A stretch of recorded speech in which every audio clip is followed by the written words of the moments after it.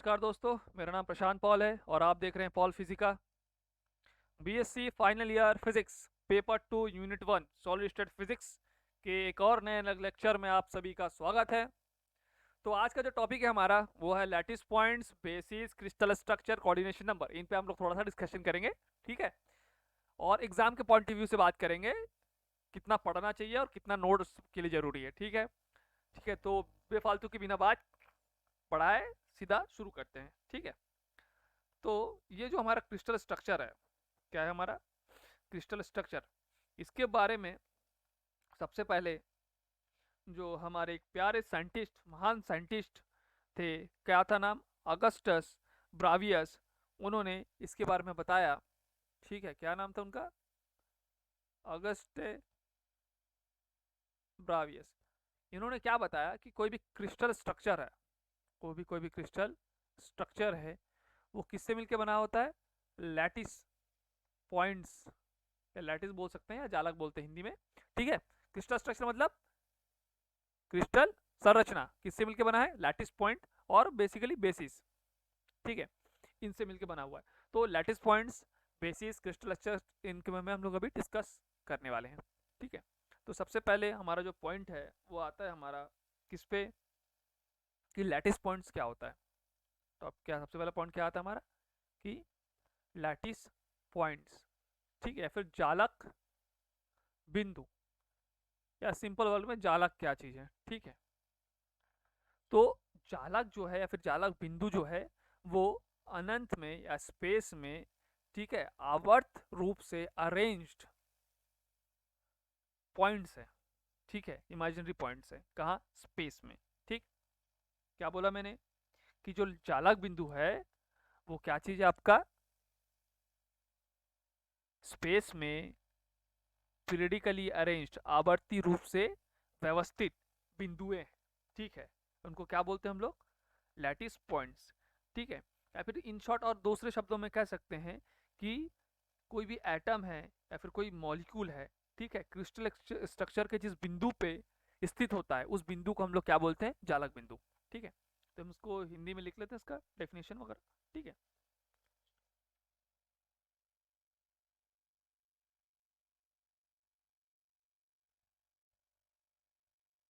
क्या लिखेंगे,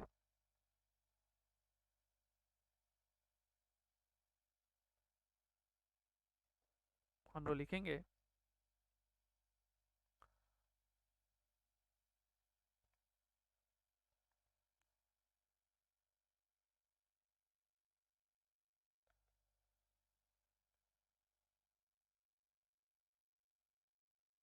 इमेजिनरी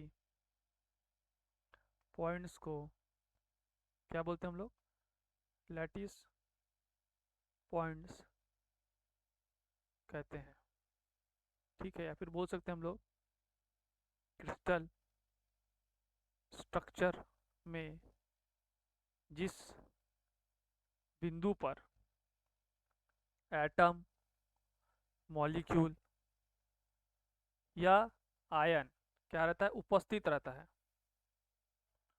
उपस्थित रहता है, उसे जालक बिंदु कहते हैं, ठीक है। ये तो हो गया जालक बिंदु, ठीक है। जैसे इसका, जैसे मैं अगर बताऊं, जैसे मान लो कि ये स्पेस है, 3D स्पेस है, मान लो ये जो एटम्स ऐसे प्रेजेंट है, देखो ये पॉइंट जो दिख रहा है तुमको स्पेस में, इन पॉइंट्स को बोल देंगे हम लोग जालक बिंदु, इन शॉर्ट्स में, ठीक है। और ज़्यादा डीप में क्लियर क्लियर होगा जब हम लोग लेट इसके बारे में बात करेंगे, बेसिस के बारे में बात करेंगे, ठीक है। तो बेसिस किसको बोलते हैं, बेसिस उनको बोला जाता है जो उन लैटिस पॉइंट्स पे प्रेजेंट होता है, ठीक है, जो एटम्स, मॉलिक्यूल्स या आयन लैटिस पॉइंट्स में उपस्थित रहते हैं, उन्हें बेसिस कहते हैं। क्या कहते हैं उन्हें, बेसिस कहते हैं, ठीक है। और और जब लैटिस पॉइंट्स प्लस बेसिस बनता है, जुड़ता है, क्या बनता है हमारा एक क्रिस्टल स्ट्रक्चर या क्रिस्टल संरचना बनता है। लाइक ऐसा कि हमारा क्या है, ये मान लो हमारा आवर्ती रूप से, पीरियडिकली रूप से क्या रखा हुआ है, हमारा लैटिस पॉइंट्स बना हुआ है। ठीक है,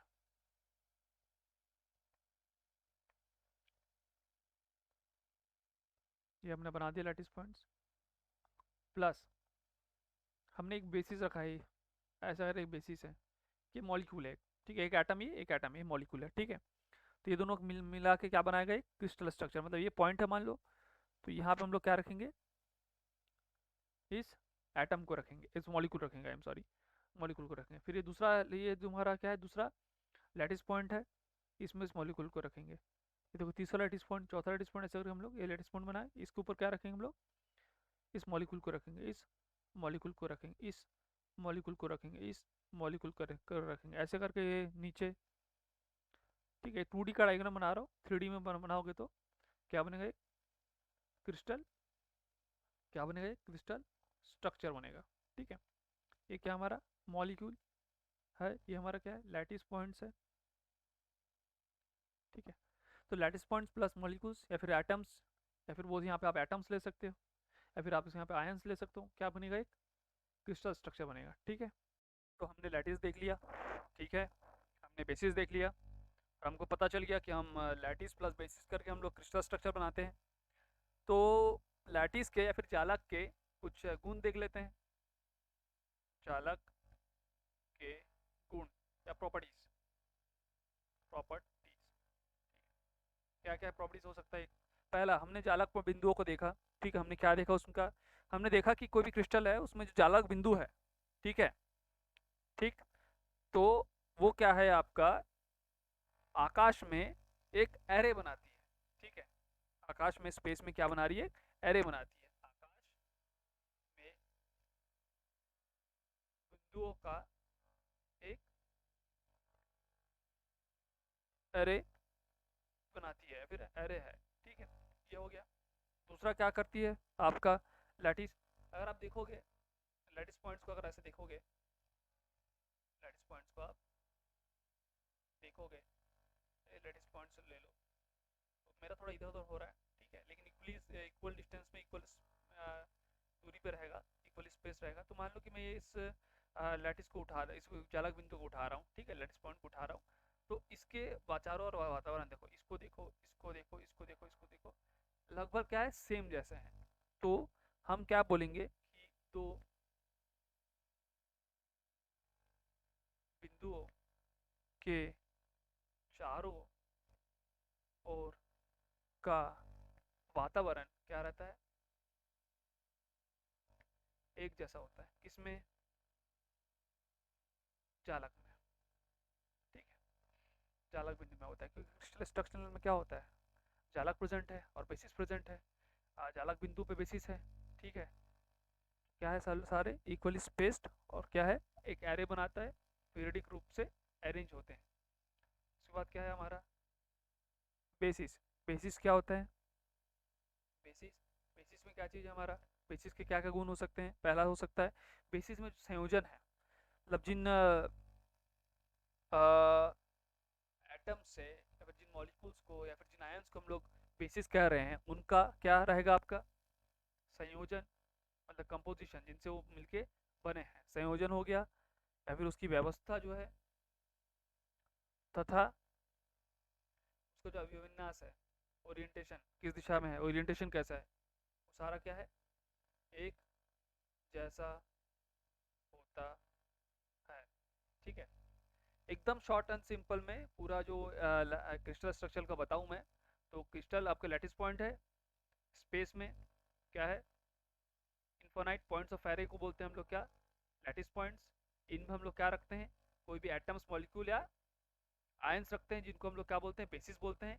जब इनको इन बिंदुओं पर रखा जाता है, जैसे मान लो कि ये बिंदुएं हैं, ये जो हमारे बिंदुएं हैं, ये जो बिंदुएं हमारे, ठीक है, जो हम लोग दिखा रहे हैं, सीधा सीधा देखना और लिखते जाओ। इन बिंदुओं पर जब इन एटम, इस बेसिस को या फिर जिस एटम या मॉलिक्यूल को हम लोग रखेंगे, तो ये क्या बनाते हैं, फिर क्रिस्टल स्ट्रक्चर बनाते हैं। क्या बनाते हैं, हमारा क्रिस्टल स्ट्रक्चर। ये हमारा लैटिस पॉइंट्स है, ये हमारा बेसिस है, और ये क्या बना रहा है, हमारा क्रिस्टल स्ट्रक्चर बना रहा है। ठीक है, इसके बाद हम लोग क्या टॉपिक में डाले हम लोग, और एक कोऑर्डिनेशन नंबर, क्या डाले हैं, कोऑर्डिनेशन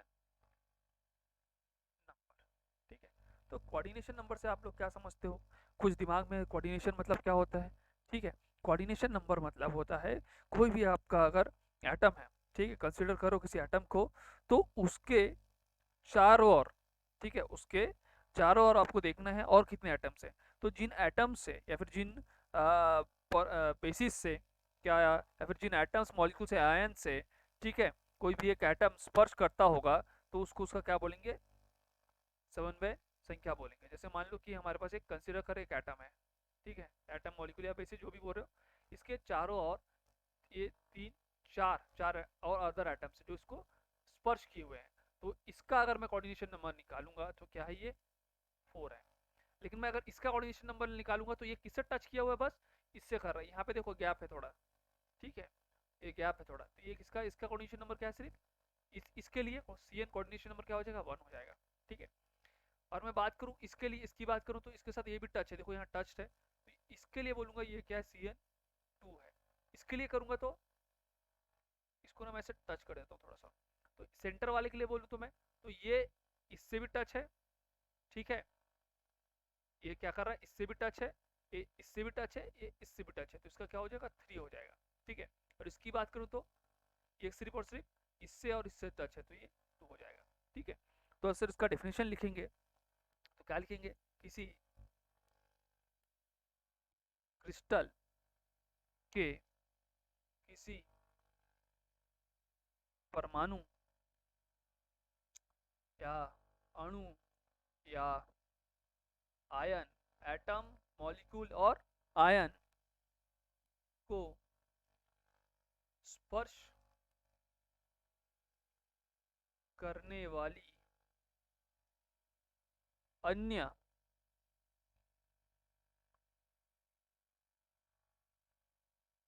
पड़ोसी परमाणुओं की संख्या को क्या बोलते हैं हम लोग, समन्वय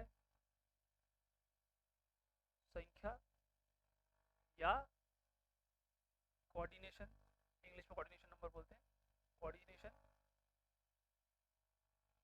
नंबर कहते हैं। ठीक है, तो ये कोऑर्डिनेशन नंबर है। ठीक, जैसे मान लो तुम लोग क्लास में बैठते हो, अगर इमेजिन करना थोड़ा बहुत, क्लास में बैठते एक बेंच है, ये तुम्हारा दोस्त है, बीच में बैठा हुआ है, साइड में तुम इसके चिपक के बैठे हो। ऐसे गर्मी में तो चिपक के बैठ नहीं सकते, ठंडी में जरूर बैठते होगे चिपक के, और लड़कियां होगी तो और ज़्यादा चिपक के बैठोगे, तुम लोग जानते हो थोड़े। तो मान लो कि ये तुम बैठे हो यहाँ बीच में, ये तुम्हारे दोस्त हैं दो, ठीक है, अगर ठंडी का मौसम है तो ये दोनों चिपक के बैठेंगे, तो तुम्हारी को यहाँ पे तुम्हारी कोऑर्डिनेशन नंबर क्या हो जाएगी, 1 2, तो कोऑर्डिनेशन नंबर आ गया। और गर्मी हो गया बेटा, तब तो दूर दूर, तो तुम्हारी कोऑर्डिनेशन ये यहाँ दूर हो गई, ये दूर चली गई, ये भी दूर चला गया, तो तुम्हारा कोऑर्डिनेशन तब क्या हो जाएगा, 1 हो जाएगा। मतलब तुम्हारे से जो स्पर्श करते हुए और पड़ोसी है, वो तुम्हारे, उनका जो संख्या होगा उसको हम लोग क्या बोलेंगे, कोऑर्डिनेशन नंबर बोलेंगे। ठीक है, तो आज का यही है हमारा। हमने क्या पढ़ा आज, हमने आज देखा कि लैटिस दे पॉइंट्स देखा, हमने बेसिस देखा, लैटिस और बेसिस से मिलकर क्या बना था, हमारा क्रिस्टल स्ट्रक्चर बड़ा बनता है, और हमने क्या देखा, कोऑर्डिनेशन नंबर्स को देखे। ठीक है, तो और पिछली वीडियोस को भी देखें यार, यूनिट 3 के सारे यूनिट, जो पेपर 2 है उसका यूनिट 1 का जो सारे वीडियोस हैं वो लगातार प्लेलिस्ट में अपलोड होते जा रहे हैं, आप लोग उसको देखिए, आपको पसंद आता है तो लाइक करें और शेयर करें भाई, और सब्सक्राइब भी कर डालो यार, तुम्हारा क्या जाता है भाई, 2 रुपये लगता है, 2 रुपये भी नहीं लगता, फोकट का है भाई, बस इंटरनेट थोड़ा खर्चा होता है, वैसे भी मिल जाता है जियो का, कोई टेंशन वाली बात नहीं है। ठीक है, और मैं ऐसे रेगुलरली अपलोड करते रहूँगा, डेली करूँगा, तो बने रहे मेरे साथ और देखते रहिए पॉल फिजिका। जय हिंद, जय भारत।